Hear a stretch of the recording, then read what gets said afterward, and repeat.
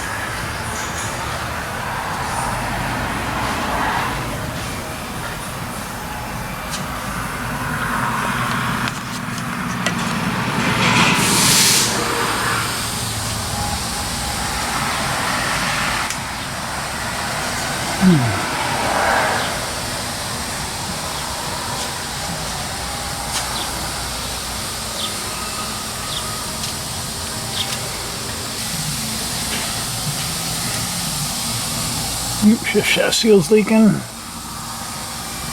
Side cover gasket's leaking. So this trans needs to come out and be rebuilt. Let's see if I can adjust his shifter real quick. One of the things on his punch out list. Notice the heater hoses were loose. There's a metal bracket over here and it's rattling against the fender. The heater hose is too tight and pulled it off the fender. So I'm going to put a longer heater hose in it. There's actually nothing wrong with the heater hose, but other than it's just too short. I'll find some more heater hose. So I've been whittling away at this thing. The owner thought this thing was jetted too lean. And his old spark plugs tell a different story than that. I've actually, this is a 750 Demon on a 383, so it might be too much carb for cruising. It'd probably be okay for like straight line drag, but maybe too much carb for this car. But I put a new set of plugs in it. I turned my idle settings down. My dust vacuum is at about a turn out, and this is a 4-point idle setting. So we're going to start there. He wanted chrome or shiny, non-rusty header bolts put on it. I've got the passenger side done, which I thought was going to be the easy side. Sorry, which I thought was going to be the hard side. It ended up being the easy side, because I'm actually going to have to pull the driver's header off to get the fourth bolt out, because the header tube wraps around it, so the header has to move off the exhaust or off the head to get that bolt out. Unfortunate, but it is what it is. We're hoping to get the drive shaft back in the drive shaft shop. He was complaining about a driveline vibration. He had the yokes put on the drive shaft, but the actual splined yoke that comes out of the transmission had a ton of wear on it. So we sent it down to the drive shaft shop, had him look at it. Unfortunately, the same yoke as what's on his shaft is not available. So we actually have to shorten his shaft a little bit, use a different yoke that's a little bit longer, and that'll get us back in business there. transmission actually needs a full rebuild, which we're going to do at a later time. But as soon as we get the drive shaft back, we're going to stick this thing up on the chassis dyno and see if the carb is running too rich or too lean. You want to? Yeah, let me grab the meter. I'll take a look at the temps on the brake rotors. It will literally change lanes. Yeah, it changes lanes when you hit the brakes. Yeah, I moved from the driving lane to the it's not the wheel alignment, because the wheel alignment I've triple checked and it's right. Yeah. And the steering wheel's not off center. And well, you can even feel it when it brakes. The truck wants to. It like pitches. Yes. And I'm seeing like my front rotors, after it sat for a while, my front rotors were 50 degrees different from one side to the other, and the rear rotors were exactly the same. So I think we have a left front brake not applying as much braking as right front brake, which explains why it's making right-hand turns and hitting brakes. And it's apparent. Like, oh yeah. I'm hoping that that's not what the guy brought in here for the alignment for, because yeah, we didn't fix that. That's not an alignment concern, sir. Yes. Alignment-wise, you're good. No, alignment's dead on. Braking-wise, you're not good. Braking efficiency, not so much.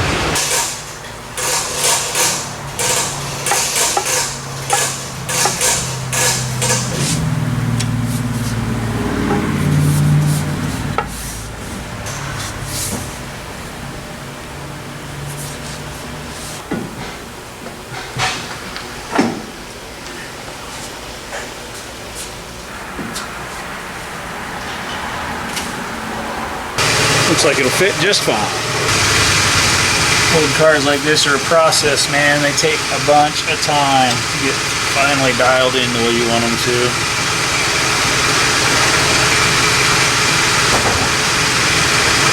I'm actually glad they stopped doing the TV shows where, hey, watch us rebuild this whole car in 7 days. When you watch those shows, you see like 37 or 40 guys working 24/7. Do the math on the labor hours involved with that build. It's like a $200,000 car. Well, I'm making some headway on these headers. That side's all done. This side I had to pull the header completely loose because of the way number 5 header 2 wraps right over top of the head of the bolt. So what I do is I take the bolts out. I put a couple longer bolts in as I'm taking them out, and that allows me to just slide the header back. This header gasket's actually in excellent condition. So luckily for me, I don't even have to change the header gasket. Just slide it back, change the hardware out, put the new hardware in. These are Mr. Gasket Co., and they've got a center drive and a serrated head which locks, and it's also got a Loctite compound on it. So once these go in, they should not back out. Especially on a composite gasket that's already been compressed. It should work out pretty well. I'm switching out my long bolts for my new chrome bolts. I did find that the alternator bracket was broken when I took it off, so Austin's running over to Jegs right now to pick up some 1-inch header bolts that match the 3/4 inch Mr. Gasket bolts, and a new bracket system for the alternator, because this guy made himself a 2-piece, and they're just, you know, you got all the weight of that alternator and the pulley spinning and the belt pulling on it, and all engine vibration and road vibration, and ultimately these just break and crack. I could weld this, but if I weld it, it's probably just going to crack again right outside of it. I suppose if I did weld it, I would add a strap to it to make it even stronger, and then it'll just break it someplace else.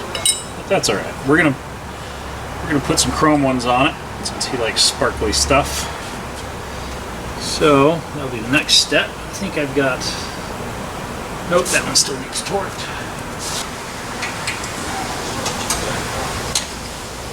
That one's gonna take a little bit more. Pause for station identification.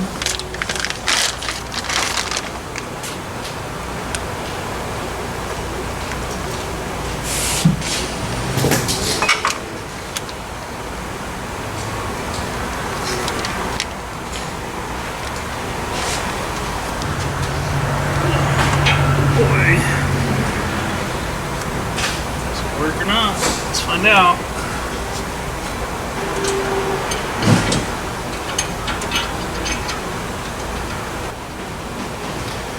And yet one more fail. This is for power steering, this is for not power steering, or at least not this power steering bracket setup. Fail. At least we have the mounting bracket we need, so that's a plus. We'll utilize it. Once this guy's on, we can set my depth. Sadly, I'm running out of time. I wanted to reclock the alternator so that I can get the bracket bolt boss up high to run a strap down to help stabilize the alternator. But I don't think that's going to be in the cards for today, maybe on the next visit.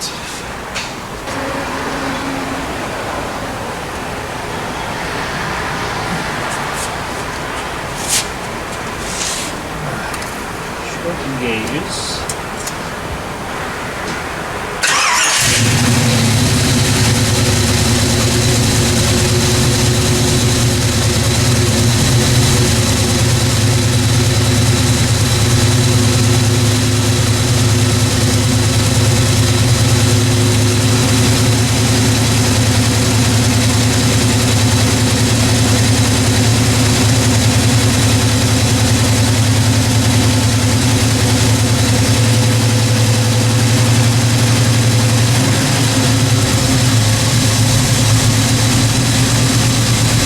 Okay, so let's have a real quick conversation about dyno tuning. Yes, dynos are cool. They're fun because they get you to have the little lines and you get to know how much power you make. Rah, right? Well, more importantly, dynos are used as a diagnostic tool and to help you understand why you make the power you make, how you can make more power, and how you can improve drivability. Generally speaking, short of get in it, drive it, use your seat of the pantsometer, and maybe pull some spark plugs if you're good at reading plugs, you really don't have a great way of figuring this out. If you don't have a wideband and you don't have the ability to figure this out, you're just kind of throwing darts. In this case, because we can actually log these things and we can make that pull on the dyno, we can see where it goes lean, where it goes rich, where it needs more fuel, where you need to be able to take fuel away from it, whether it's primary jets, secondary jets, accelerator pump shots, all that kind of stuff. That's why you have this tool, is to be able to do this. Instead of throwing darts in the dark, you can actually fine-tune this process. So we're gonna be able to make it a better driving car. It's gonna be, technically speaking, a little bit more fuel efficient correctly, and it's gonna make more power, which is all good things. But it does take time. Make a run, log it, see what needs to be changed, change the jets, put it back together again, do it again, over and over and over and over again. So this is not usually the 30-second clip you see on the internets.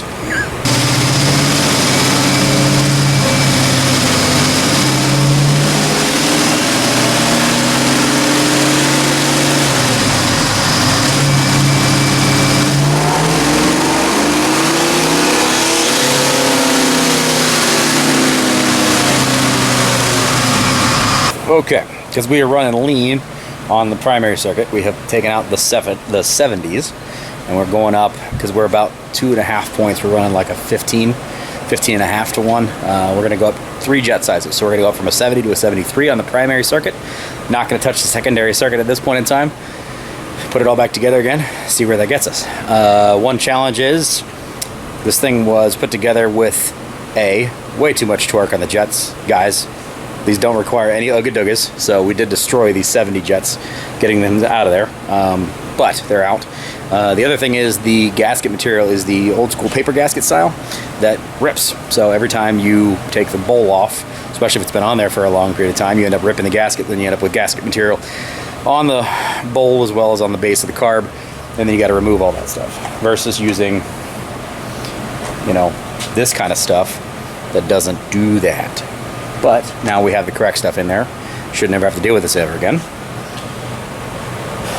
Put it back together again, see where we are.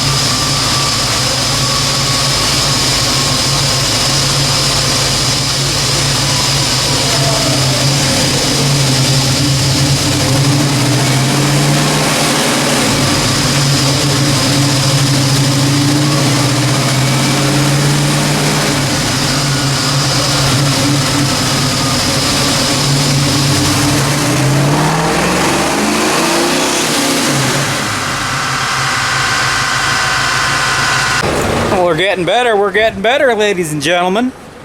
So, the other question with this thing is going to be rev range. How far do you pull this thing? Generally speaking, we were kind of figuring 5,000 RPMs is kind of the end of the story.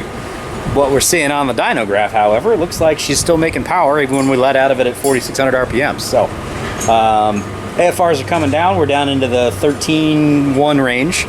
So I'd like to come just a little bit below that, but we're pretty dang close. Picked up quite a bit of horsepower, quite a bit of foot-pounds of torque, and drivability is getting better. So I'm gonna do a small jet change in the rears to the secondaries, and we'll pull on it again and see where she is, but we're close. This little tool's all about. It's for the dyno diagnostics, not just for making lines on a graph. Isn't it fun?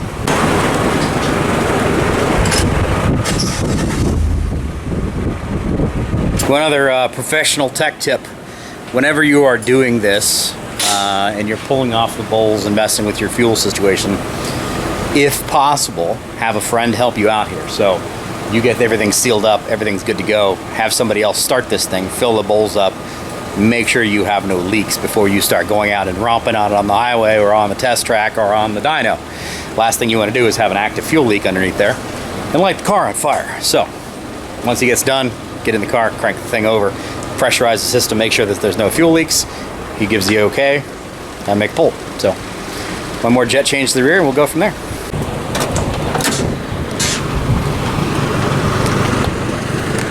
This thing is so nice. Oh, what a great place to be. I love this thing.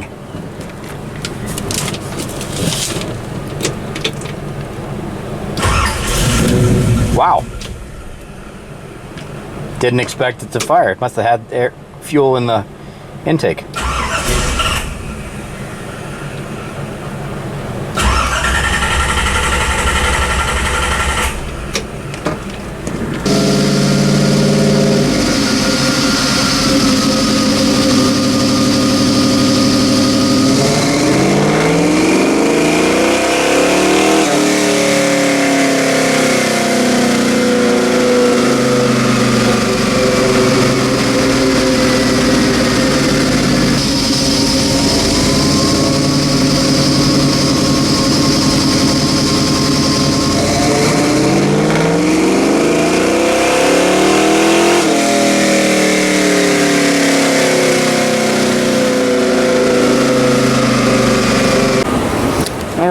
Rear jets are 78, 78, so we're going to go from 78s to 80s, and that should get us where we want to be. For those of you who keep track at home with what we're doing. So, handy dandy Harley jet kit. 80s it is. Use my nice young eyes. Can you read that? 80. I don't even need glasses. That's how young and spry I still am.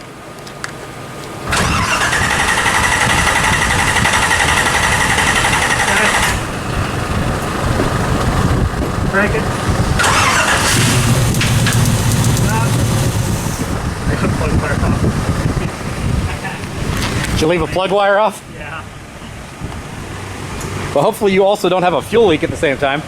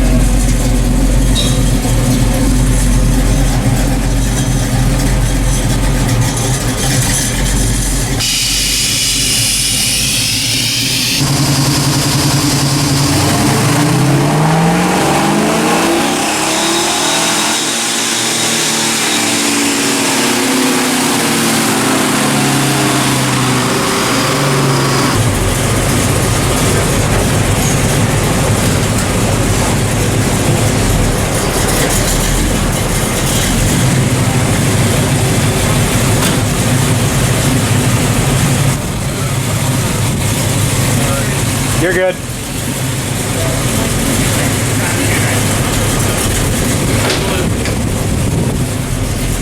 Think of how YouTube famous you'd be if you drove this right off the back of the lift. Oh, God.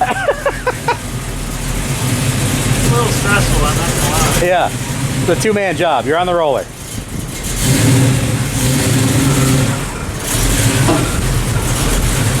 Got 4 more feet.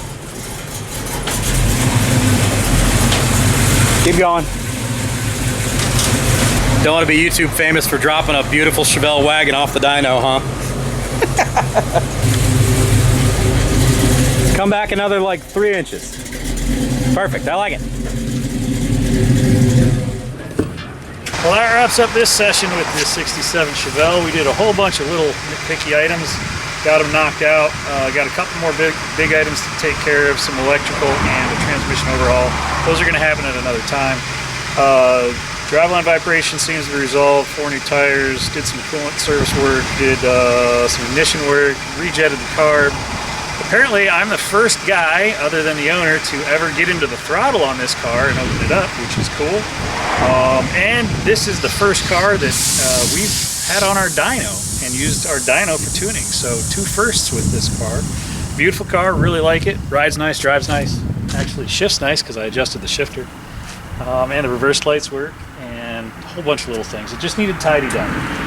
Hey, that's what happens. Sometimes you just got to bring it in and have it done. At any rate, thanks for watching. Click like, subscribe, leave us a comment below. See you on the next one.